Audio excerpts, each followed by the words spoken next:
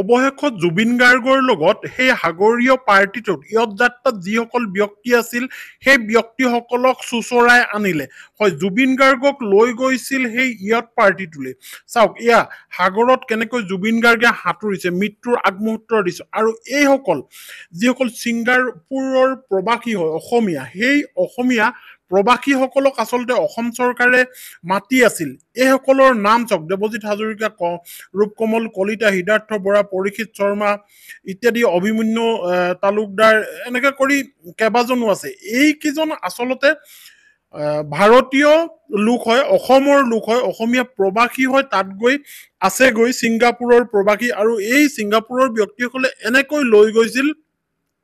সেই সাগৰৰ পাৰ্টিটোলে আৰু সেই সাগৰত যিখন ইয়ট বুকিং কৰি লৈছিল আৰু সেই ইয়টখন বুকিং কৰিছিল কোনে এই কথাখিনিও আপোনালোকে অলৰেডি গম পাইছে আসাম এছ'চিয়েশ্যনৰ সভাপতি সম্পাদক আৰু বিভিন্ন দায়িত্বত থকা এই লোকসকলে আচলতে জুবিন গাৰ্গক লৈ গৈছিল সাগৰ ফুৰাবলৈ আৰু সেই ইয়ট পাৰ্টিটোত তেওঁলোকে আছিল কিন্তু যেতিয়া আমাৰ অসমত জুবিন গাৰ্গৰ ওপৰত যিটো ঘটনা ঘটিলে ইয়াত CID তদন্ত কৰি আছে আৰু CID তেওঁলোকক মাতি আছিল যে অন্তিম সময়সীমা দিছো 6 তাৰিখ হয় 6 তাৰিখে অন্তিম সময়সীমা দিছে ডেডলাইন দিয়া হৈছিল আৰু ইয়াৰ ভিতৰত আহি উপস্থিত হ'বহি লাগে কিন্তু ইয়াৰ ভিতৰত এজনীও ইয়াত সদিচ্ছা দেখুৱা নাছিল তেওঁলোকে কোনো ধৰণৰ খা খবৰ কৰা নাছিল বা তেওঁলোকে কোনো ধৰণৰ চৰকাৰীগতভাৱে বা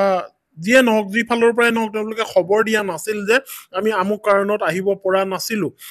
গতিকে বৰ্তমান সময়ত দেখা গৈছে যে এই ব্যক্তিকেইজনক লৈ CID এতিয়া তদন্ত কৰিব বিচাৰিছে কিন্তু তদন্ত কৰিবলৈ হৈছে কি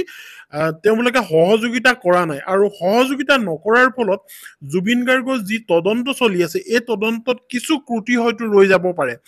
আৰু সেইটো কাৰণেই মুখ্যমন্ত্ৰী ডাঙৰীয়াই এনাউন্স কৰিছিলে আৰু CID দলে SITৰ দলটোৱে আচলতে যিটোৱে বিচাৰ তদন্ত কৰি আছে সেই দলটোৱে কৈছিল যে 6 তাৰিখৰ দিনালৈকে এটো এটা ডেডলাইন বান্ধি দিয়া হৈছে তাৰ ভিতৰত কিন্তু আপোনালোক আহিব লাগিব কিন্তু দেখা গ'ল তেওঁলোক অহা নাই এতিয়ালৈকে কিন্তু মুখ্যমন্ত্ৰী ডাঙৰীয়াই হঠাতে কোৱা শুনিলো যে তেওঁলোকৰ পৰিয়ালক আচলতে ৰাইজে অকনমান প্ৰেছাৰ দিব লাগে যাতে ল'ৰাজনক অসমলৈ লৈ অনা হয় কাৰণ তেওঁলোকক সোধপোছ কৰিব লগা আছে যথেষ্ট তেতিয়াহে জুবিন গাৰ্গৰ এই ৰহস্য হয়তো উদ্ঘাটন হ'ব তেওঁলোকৰ মুখেদি গতিকে এতিয়া দুই এটা নিউজ চেনেলতো আমি দেখিবলৈ পাইছো যে তেওঁলোকৰ পৰিয়ালবৰ্গক গৈ সোধপোছ কৰিছে ফোন কৰিছিলে নেকি আমুকে এনেকে ধৰণে যিজন আপোনালোকৰ ল'ৰা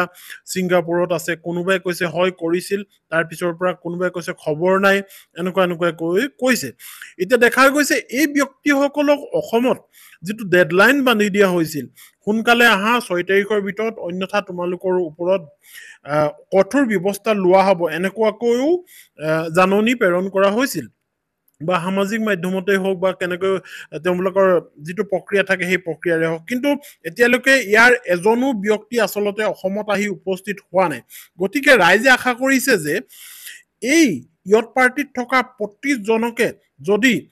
পুলিচে বা CID দলে গৈ চুচুৰাই ধৰি আনিব পাৰে এনেকুৱা ধৰণৰ এটা আশা কৰি আছে যে তেওঁলোকক চুচুৰাই ধৰি আনক যিসকলে পলাই আছে ছিংগাপুৰত গৈ